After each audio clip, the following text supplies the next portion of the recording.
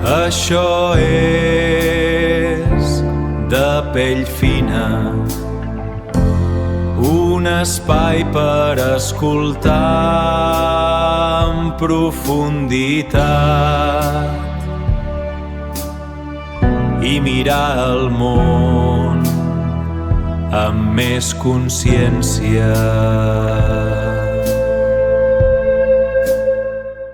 Imagina't una situació una mica absurda, d'acord? Entres a un restaurant i tens una gana voraz. T'asseus, ve el cambrer i et lliura una carta espectacular. Llegeixes unes descripcions de plats que, literalment, se't fa la boca aigua. Però, quan arriba l'hora de menjar, en lloc de portar-te l'àpat, el cambrer agafa i t'obliga a menjar-te el paper del menú. Bueno, és una imatge molt ridícula, clar, menjar-se el menú. Exacte. És que és absurd menjar-se el menú en comptes de l'aliment. O sigui, confondre el nom d'un plat amb el fet de nodrir-se realment. Saps? Ja. I per molt estranya que sembli aquesta imatge per a un restaurant, segons la documentació que tenim avui sobre la taula, aquesta confusió tan absurda és literalment el pilar fonamental de la nostra societat moderna. Hem arribat a un punt on confonem completament els processos institucionals amb la substància real. Ens estem menjant el menú diàriament i ens sorprèn seguir tenint gana. Exactament això. Ens empassem el menú. I d'això tracta precisament aquesta exploració a fons d'avui. Ens submergirem de ple en la crítica implacable d'Ivan Illich, que, ostres, és un dels pensadors més radicals del segle XX. La missió que tenim aquí és desgranar la seva obra per veure com les institucions modernes ens han, diguem-ne, pres l'autonomia i com, segons ell, la podríem recuperar. I ho farem basant-nos en els textos originals. Sí, tenim material de primera. Treballarem en fragments d'obres clau com La societat desescolaritzada de l'any 73 i Eines per a la convivencialitat. I a més, tenim ressenyes i pròlegs biogràfics impressionants, com el de Javier Cecilia, que ens demostren una cosa molt forta. I és que Illich no només deixava anar la teoria en llibres, sinó que la va portar a la pràctica fins a les últimes conseqüències al seu propi cos. Però abans de posar-nos-hi de ple, em sembla vital fer un petit aclariment, perquè el tema té tela. Clar, digues. A veure, els textos d'Illich sempre han estat supercontrovertits, bàsicament perquè disparen contra la línia de flotació de com entenem el món modern. Llavors, la nostra feina avui no és defensar cap ideologia política, ni de dretes ni d'esquerres, ni tampoc prendre partit des d'un punt de vista religiós. La idea és analitzar aquest material amb rigor per entendre la mecànica mental de l'autor. Hem de suspendre una mica els nostres propis judicis, saps? Només per copsar com funciona la seva lògica. Totalment d'acord. Lents analítiques posades i endavant. Llavors, comencem per la institució que monopolitza gairebé les primeres 2 dècades de la nostra vida, l'escola. Illich llança una premissa que fa trontollar qualsevol persona que es dediqui a l'educació. Ell afirma rotundament que l'escola, de fet, no educa. Això com s'aguanta? Doncs tot recau en aquesta confusió que comentaves al principi entre el procés i la substància. El menú i el menjar. Exacte. La tesi de fons és que les escoles ensenyen a la ciutadania a identificar el simple fet d'assistir a classe, d'escalfar la cadira, amb el veritable aprenentatge. I un cop assumeixes que per aprendre necessites estar tancat en una aula sota la mirada d'un professional, s'instaura una lògica perillosa. Es comença a creure que com més tractament rebem, millors resultats tindrem. O sigui, converteixen l'aprenentatge en una mercaderia, no? Això mateix. Un procés humà completament natural passa a ser un servei que només es pot consumir si te'l dona una institució oficial. I aquí és on entra aquell concepte de les fonts que m'ha cridat moltíssim l'atenció, allò de la pobresa modernitzada.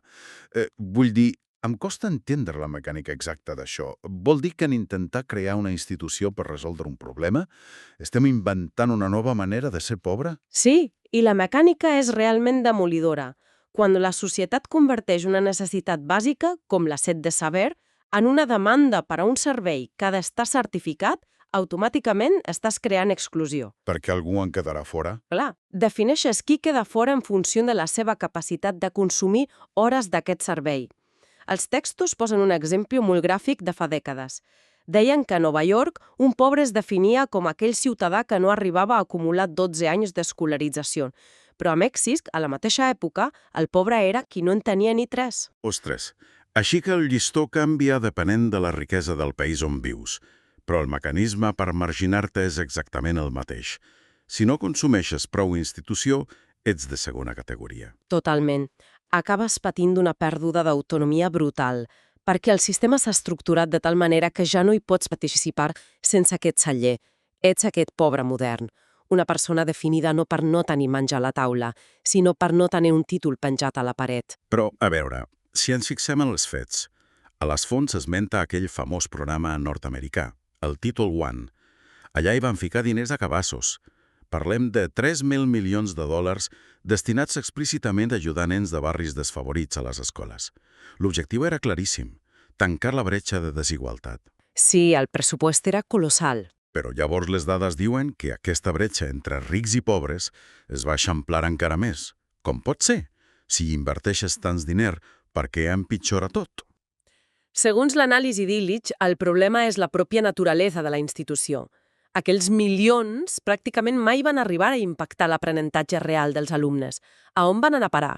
Doncs van ser absorbits per l'estructura burocràtica, administració, personal de custòdia, materials que algú havia d'aprovar, el manteniment dels propis edificis...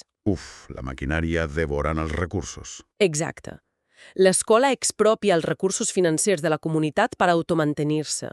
I el pitjor és el missatge tàcit que envia, que qualsevol aprenentatge que passi fora d'aquelles parets no val res. És fascinant. Això és com... com pensar que pel simple fet d'anar a la botiga, gastar-te una fortuna i comprar-te el xandall més car i tècnic del mercat, automàticament ja t'has convertit en un atleta d'elit. Confonem la parafernàlia, la despesa econòmica, amb la capacitat real de posar-se a córrer. Però deixa'm fer una mica d'advocat del diable, un segon. Som-hi. Al llarg de la història, l'educació pública, i sobretot l'obligatòria, no ha estat el gran ascensor social. Vull dir, allò que ha permès a la gent treballadora sortir de la misèria. Aquesta, precisament, és l'assumpció gairebé sagrada que Illich intenta desmuntar de dalt a baix. Ell sosté que l'obligatorietat en realitat polaritza en lloc d'igualar, perquè el mecanisme funciona així. L'escola xucla els fons i tota la bona voluntat de la societat. El nen pobre mai de la vida podrà assolir els nivells de consum escolar del nen ric. El ric anirà a la universitat, farà màsters, postgraus, tindrà tutors, l'entorn li va a favor. I el pobre es queda enrere ràpid. Però atenció, perquè com que el sistema es ven com a universal i per a tothom, aquest alumne pobre aprèn la pitjor lliçó de totes. Internalitza que la culpa de fracassar és exclusivament seva per no haver estat capaç de consumir prou escola. S'autoculpa. Ostres, això sí que és fosc. Molt fosc. Vull dir, si dedueixes que el sistema ja sap d'entrada que la majoria es quedarà pel camí i a sobre aconsegueix que se sentin culpables, llavors vol dir que el propòsit real de l'escola no té absolutament res a veure amb aprendre lliçons. Quina és la seva funció, doncs? Fer de pàrquing de nens perquè els pares puguin treballar hores i hores? És molt més profund que fer de pàrquing. La veritable funció és purament ritual. És el que ell anomena el currículum ocult. I és fort perquè els documents descriuen l'escola gairebé com la nova religió mundial. Com una religió? Sí, aquest currículum ocult no s'avalua en cap examen de matemàtiques o història. És una iniciació contínua en el mite del consum inacabable. Tota l'estructura de passar de curs d'un any a l'altre inculca a la ment que sempre hi ha un nivell superior de consum que necessites desesperadament per ser algú a la vida. I aquí és on encaixa aquella metàfora teològica tan bèstia que feia. Illich diu que els nens ja neixen amb un pecat original, que seria la ignorància. Llavors els bategen quan entren a primer de primària. Però resulta que la salvació final només arriba a un grup molt petit, els escollits que es graduen a la universitat. Exacte. I els que no hi arriben? Els que es queden pel camí van a parar a la Gehenna. Que a més, ell aprofita per recordar que la paraula hebrea Gehenna fa referència literalment als barris baixos, a l'abocador. O sigui, l'escola s'inventa el pecat, et ven la salvació com a remei, i acaba dictaminant qui va a l'infern de l'atur i la pobresa. És brutal. I si mires les xifres d'aquests pocs salvats, poses pèls de punta. Als llibres es dona una dada clau. Les despeses acumulades per aconseguir un sol graduat universitari a l'Amèrica Llatina oscil·laven entre 350 i 1.500 vegades els ingressos d'un ciutadà mitjà. Mare meva. Imagina tu, i una vegada aquest graduat, que ha estat hipersubvencionat per tota la societat, entra al mercat laboral, ell i la gent com ell són els que dictaran quin és el nivell de consum suposadament normal per a tothom i arraconen a tota la resta. Espera un segon, espera, perquè això s'assembla escandalosament al tema de la venda d'indulgències de l'Església a l'edat mitja. Allò que pagaves a mort perquè et donessin un pergamí que et salvava de cremar el purgatori. O sigui, avui dia paguem amb anys de la nostra vida o amb els impostos de tots per aconseguir un diploma de paper que ens salva socialment de caure a la misèria. És que el paral·lelisme històric que fas és perfecte. És idèntic. I atenció, perquè hi ha un punt crucial en l'anàlisi d'Illich. Ell deixava claríssim que aquesta dinàmica passava per sobre del taló de cer de l'època. O sigui, tant a un cantó com a l'altre. Sí, sí. Sota un règim capitalista a Nova York o sota un règim socialista a Moscou, l'escola feia exactament el mateix paper.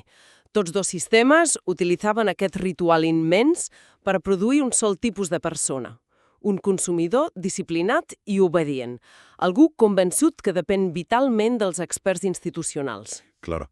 Llavors, si aquesta maquinària de dependència ja ens ha rentat el cervell des que som petits, és inevitable preguntar-se què passa fora de l'escola, a la ciutat, al món físic on vivim. Aquesta pèrdua de llibertat s'estén a les eines que fem servir. A la documentació es parla d'una mena d'espectre per classificar tot el nostre entorn. Sí. Illich dissenya el que anomena l'espectre institucional. A la banda esquerra de l'espectre hi situa les institucions convivencials. Aquestes són les bones, per entendre'ns. Són eines que estan només al servei de qui les vol usar. Pensa en una vorera per caminar, un mercat públic o fins i tot la xarxa telefònica. Clar, tu decideixes si agafes el telèfon o no, o per on camines. T'ajuden, però no t'obliguen. Això mateix. Fomenten la llibertat i l'acció autònoma d'una persona. Però a l'extrem dret d'aquest espectre hi ha les institucions manipuladores. Les dolentes. Exacte. Aquí inclouen les presons o els hospitals psiquiàtrics. Sí, però també les grans xarxes d'autopistes i les pròpies escoles. Aquestes forcen a tothom a adaptar-se a les seves normes. Es dediquen a crear necessitats que a vegades no existien. I dins d'aquesta banda dreta, la manipuladora, em va saltar a la vista un concepte molt hostil. El monopoli radical. Llegint-ho, em va quedar clar que no parlava del típic monopoli empresarial on, jo què sé, una corporació domina les vendes, no? No parlem d'economia de mercat bàsica. Un monopoli clàssic seria que tots haguéssim de comprar el cotxe a la mateixa marca, perquè no n'hi ha cap més. Però un monopoli radical actua a l'arrel de la societat. És quan la simple existència de tota la infraestructura per al trànsit de motor altera l'espai fins al punt d'eliminar completament el dret o la possibilitat física de caminar. Desplaçar-te per tu mateix. Clar, el cotxe crea distàncies quilomètriques que abans no hi eren i al final acaba expropiant la nostra capacitat natural de moure'ns. Si no tens cotxe, estàs exclòs. Monopolitzar tot des de la base. Però, a veure, aquí em torno a resistir una mica. Sona molt reaccionari tot això. Com podem afirmar que un vehicle que et pot portar a 120 per hora t'està prenent llibertat? Una autopista, per definició, no és precisament l'eina definitiva per ser més lliure i arribar més lluny que anant a peu. Òbviament que és l'eina definitiva, et dona una velocitat brutal, però l'autor demana que mirem la imatge completa, sistèmica. I ell posa un exemple sobre el Perú que desmunta molt ràpid aquesta idea de llibertat compartida. A veure, com era aquest cas? Doncs ell explicava que en un país amb recursos molt limitats com el Perú d'aquella època, si tu agafes tot el pressupost i el destines a fer 4 grans autopistes asfaltades que connectin punts estratègics, aquí estàs ajudant. Només aquella minoria que pot pagar-se un vehicle ràpid per anar per aquella autopista. I a la resta què li passa? Doncs que tota la inversió pública s'ha drenat cap allà. I la gran majoria, la pagesia, els ciutadans normals, queden atrapats. Els camins secundaris es destrueixen. L'estructura de la vida s'encareix. I de sobte no poden ni accedir als centres de poder o de comerç perquè només s'hi pot arribar en cotxe. Queden aïllats per culpa de la velocitat d'uns pocs. O sigui, la velocitat de 4 rics paralitza a tota la resta del país. Què proposava ell fer amb aquests diners, llavors? Ell proposava una solució completament convivencial. En lloc de fer autopistes gegants, deia de mantenir una xarxa densa i ben cuidada de camins de terra. I llavors subvencionar uns petits vehicles de 3 rodes. Ell els anomenava rucs mecànics. Rucs mecànics. Sí, uns artefactes molt bàsics que anaven a poc a uns 25 km per hora i que només costaven uns $125. Si feien això, qualsevol ciutadà, per molt pobre que fos, tindria accessibilitat garantida a una velocitat humana i no dependria mai d'una infraestructura gigant que no pot pagar. Uau. Aquesta visió és molt trencadora, però ens porta a un punt crític. A veure, com sabem en quin moment exacte una eina passa de ser útil a ser tòxica? Perquè la medicina moderna, l'educació, el transport, tot això comença amb molt bones intencions, no?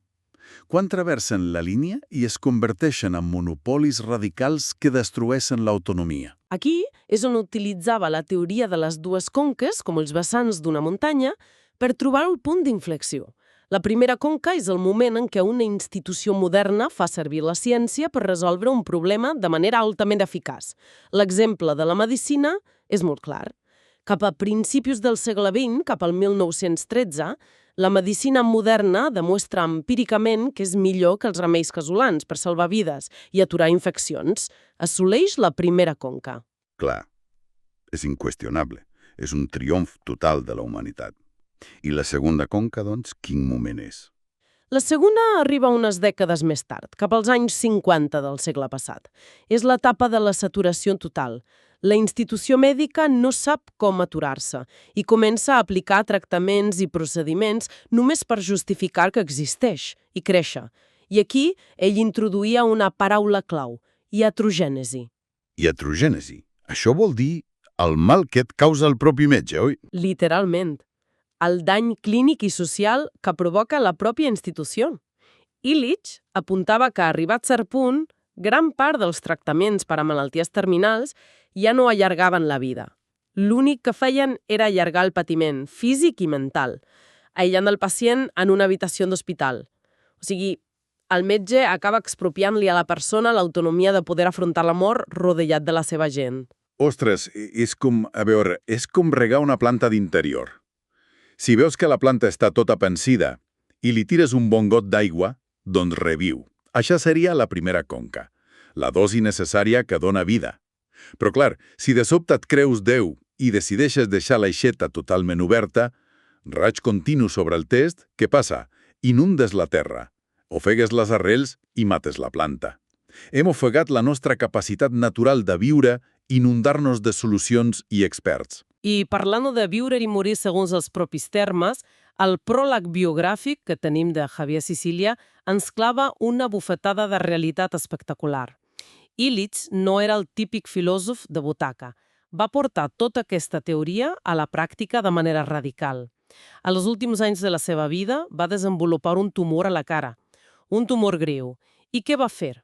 Coherent amb la seva idea de la segona conca i la iatrogènesi, va rebutjar categòricament ingressar en un hospital o sotmetre's a tractaments institucionals.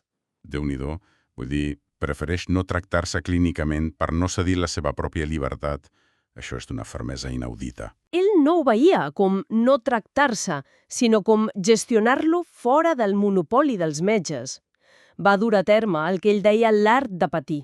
Per tolerar el dolor extrem del tumor, feia servir ioga i administrava dosis curoses d'opi. Mentrestant, continuava escrivint, rebent visites, mantenint aquesta connexió carnal, autònoma i profunda amb la seva comunitat d'amics fins a l'últim dia. No va delegar el control a ningú. M'ha deixat sense paraules, això és la màxima expressió de posar el cos on poses les idees. Tela. Però bé, si tornem a posar els peus al món pràctic d'avui, si comprem la seva crítica i decidim tancar l'aixeta perquè la planta no s'ofegui, què fem? Si desmuntem l'escola com a gran gestora oficial del saber, no podem deixar els nens i la gent gran simplement deambulant per les voreres convivencials. Quina alternativa pràctica oferia per substituir tot això? Ell tenia un pla. A diferència d'altres teòrics que només critiquen, ell va dissenyar el que anomenava xarxes d'aprenentatge. Una proposta dividida en 4 canals concrets per retornar el poder a la persona que realment vol aprendre. D'acord. Som-hi. Amb els canals, com funciona el primer? Si no hi ha aules, on vaig? El primer canal es basa en l'accés lliure a les coses físiques. Són els serveis de referència a objectes educatius. Tu pensa en tot el que està tancat en pany i clau avui. Laboratoris, biblioteques enormes, eines de fusteria, material tècnic. Ara mateix només hi entres si pagues una matrícula a la universitat o a una empresa. Ell deia que tot això havia d'estar físicament obert a qui ho necessités utilitzar independentment. Entès. Desbloquejar l'accés físic als recursos, com grans tallers comunitaris. I el segon canal, quin és? Com trobes algú que t'ensenya a utilitzar la màquina, per exemple? Això ens porta al segon canal, l'intercanvi d'habilitats. Imagina't una mena de directori o de taulell d'anuncis obert a tothom. La gent hi registra les coses que sap fer bé, sigui programar informàtica, parlar alemany o arreglar motors, i ofereixen el seu temps per fer de model a qui vulgui aprendre aquella habilitat en concret. Sense mestres oficials, un mercat directe de talent entre veïns. I què passa si el que jo vull no és fer anar una eina, sinó investigar sobre història o debatre d'un llibre abstracte? On vaig espetegar? Llavors actives el tercer canal, que és fascinant, l'emparellament d'iguals.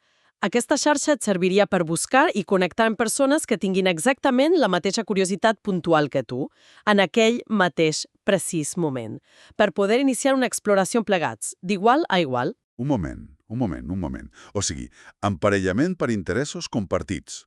Proposat l'any 1970. Això és literalment l'esquema d'un fòrum d'internet. O sigui, és Reddit o un grup de xarxes socials, però pensat dècades abans de tenir els ordinadors a casa. Quina visió de futur. I ens falta un canal, el quart. El quart són els educadors independents, per aquells moments en què els teus companys no són suficients i necessites una guia més experta. Aquí busques persones amb trajectòria avalada, professionals que consultes lliurement quan tu decideixes, sense matrícules, sense imposicions i, sobretot, on tu tens la llibertat de prescindir-ne quan ja n'has tingut prou. Tota aquesta teoria de la xarxa autònoma m'encanta. Però tenim alguna prova a la documentació que això no sigui només una utopia hippie? S'ha provat en el món real amb èxit? De fet, a les fonts hi ha documentats 2 casos reals que validen aquesta idea. El primer era un experiment amb un joc que es deia Wolf and Proof, que ensenyava els principis de la lògica proposicional, un tema espès, Sí, lògica matemàtica pura. I on ho van fer?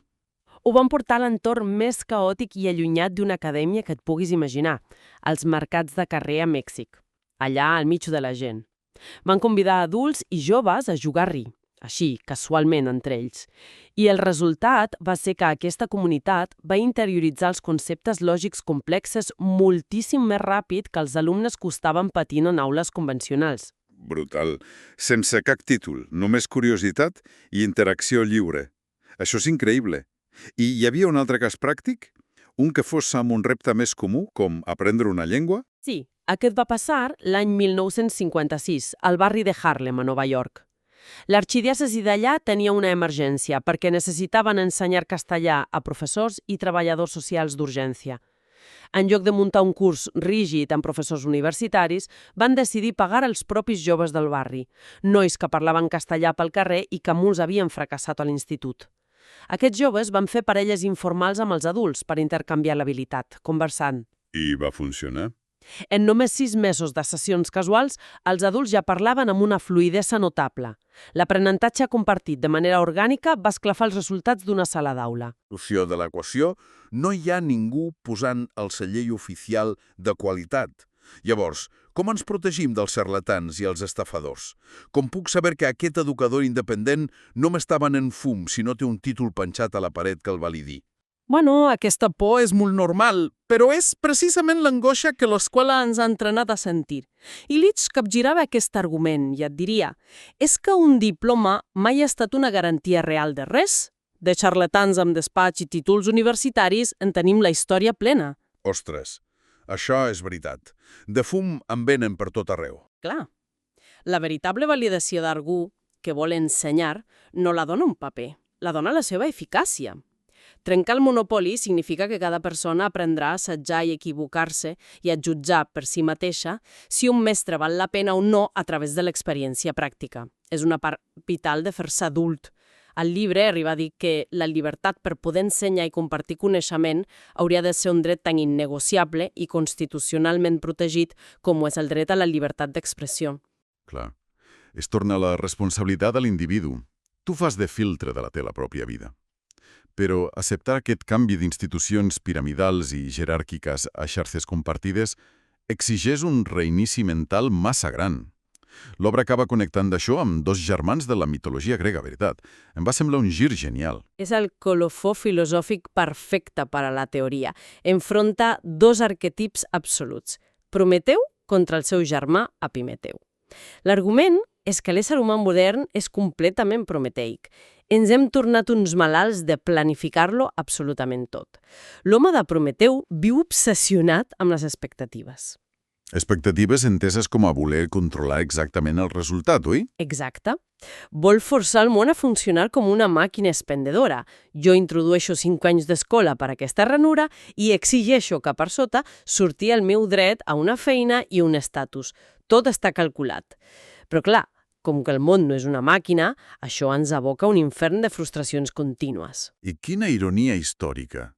Perquè la llegenda diu que Prometeu va enganyar els déus i va robar el foc per donar-nos la tecnologia. Pensàvem que això ens alliberaria de viure a les fosques, però l'obsessió de controlar fins a l'últim mil·límetre ens ha acabat encadenant de nou, només que aquest cop ens hem encadenat els engranatges i processos que nosaltres mateixos hem fabricat. Quina seria l'actitud d'Epimeteu, l'altre germà? Com ens salva, això? Doncs Epimeteu representa una postura gairebé oblidada. A diferència de la planificació asfixiant, ell es guia exclusivament per l'esperança. I aquí Illich fa una distinció vital. Esperança no és expectativa. A veure, quina diferència hi veu? L'esperança és la confiança radical, oberta, en què la natura o la persona que tens al teu costat et proveirà amb alguna cosa bona sense que tu hagis hagut de forçar el resultat mecànicament. Sona molt innocent, potser, però és l'única via que et permet viure de manera autònoma i que obre la porta a la sorpresa. Ell, per il·lustrar-lo, per oposar aquesta esperança a la bogeria mecànica, fa servir la imatge d'una joguina que va trobar en una botiga de Nova York. Ah, sí. La caixa metàl·lica, oi? Explica-la, si us plau, que em va semblar esgarrifosa, aquella mecànica. Era una caixa senzilla. Quan algú pulsava el botó d'encesa, senties un motor rodar i la tapa s'obria molt lentament. D'allà dins emergeix una mà mecànica cromada, totalment freda. Aquesta mà allargava els dits per sobre la vora, s'agafava la tapa i estirava cap avall, tancant la caixa sobre si mateixa fins a apagar-la. Era literalment una tecnologia complexa i perfecta dissenyada amb un únic propòsit: tancar-se a si mateixa del tot. És el revers més demoníac de la capsa de Pandora. És a dir, la màxima expressió del mecanisme inútil. Una eina que només existeix per ofegar-se a ella mateixa en la foscor un cop s'activa. Quina imatge tan pertorbadora, de veritat. Amb aquest calfred a l'esquena, crec que és bon moment per començar a recollir les peces de l'anàlisi d'avui. Hem començat veient com l'escola ens fa confondre l'acte vital d'aprendre amb el simple procés d'acumular hores tancats en una aula.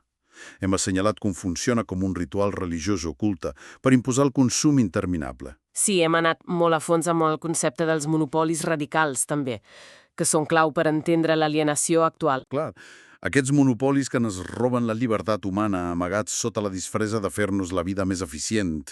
I finalment hem vist el llum al final del túnel amb aquelles xarxes convivencials, canals per posar l'aprenentatge en mans de persones reals i d'interessos orgànics, abandonant una mica la il·lusió del control prometeic per abraçar, o almenys intentar-lo, l'esperança d'Epimeteu. Ha estat un viatge bastant dens. I abans d'acabar definitivament, crec que és imprescindible posar sobre la taula una reflexió final impressionant que hi ha al pròleg. Fan una comparació directa entre el pensament d'Illich i un passatge molt famós de la literatura russa. La llegenda del gran inquisidor a la novel·la Els germans Karamazov, de Dostoievski. Ah, és veritat. Aquell relat dins del relat. Exacte. En aquesta història fictícia, Jesucrist torna a la Terra en plena època de la Inquisició, obrant miracles per allà on passa. Però el gran inquisidor, l'home que lidera i controla tota la maquinària de l'Església, què fa quan el veu? El fa arrestar immediatament. L'arresta, el seu propi creador. Sí. I a la presó li confessa el motiu. El gran inquisidor li diu que el do més preuat de Crist, la llibertat, és un pes massa angoixant i terrible per a la majoria de les persones. La gent no pot suportar-se tan lliure. Així que l'Església s'havia vist obligada a construir estructures duríssimes, misteris, miracles falsos i càstigs només per pacificar aquells esperits febles i ordenar la societat. De manera que empresonen l'essència mateixa de la seva religió per a protegir l'administració i les normes de l'organització que s'ha creat a sobre. És el retrat definitiu d'una institució destruint completament l'ideal que suposadament volia difondre. És absolutament esfereïdor. I justament aquest relat del gran inquisidor ens porta a l'últim pensament que vull llançar a l'aire avui, per a qui ens escolta. Us convido a observar el vostre dia a dia, des que us lleveu fins que aneu a dormir. Quines de les rutines, eines, xarxes socials o institucions que us envolten, que teòricament s'han venut per fer-nos més fàcil la feina, cuidar-nos, curar-nos o educar-nos, quines d'elles ens estan en realitat posant a la presó?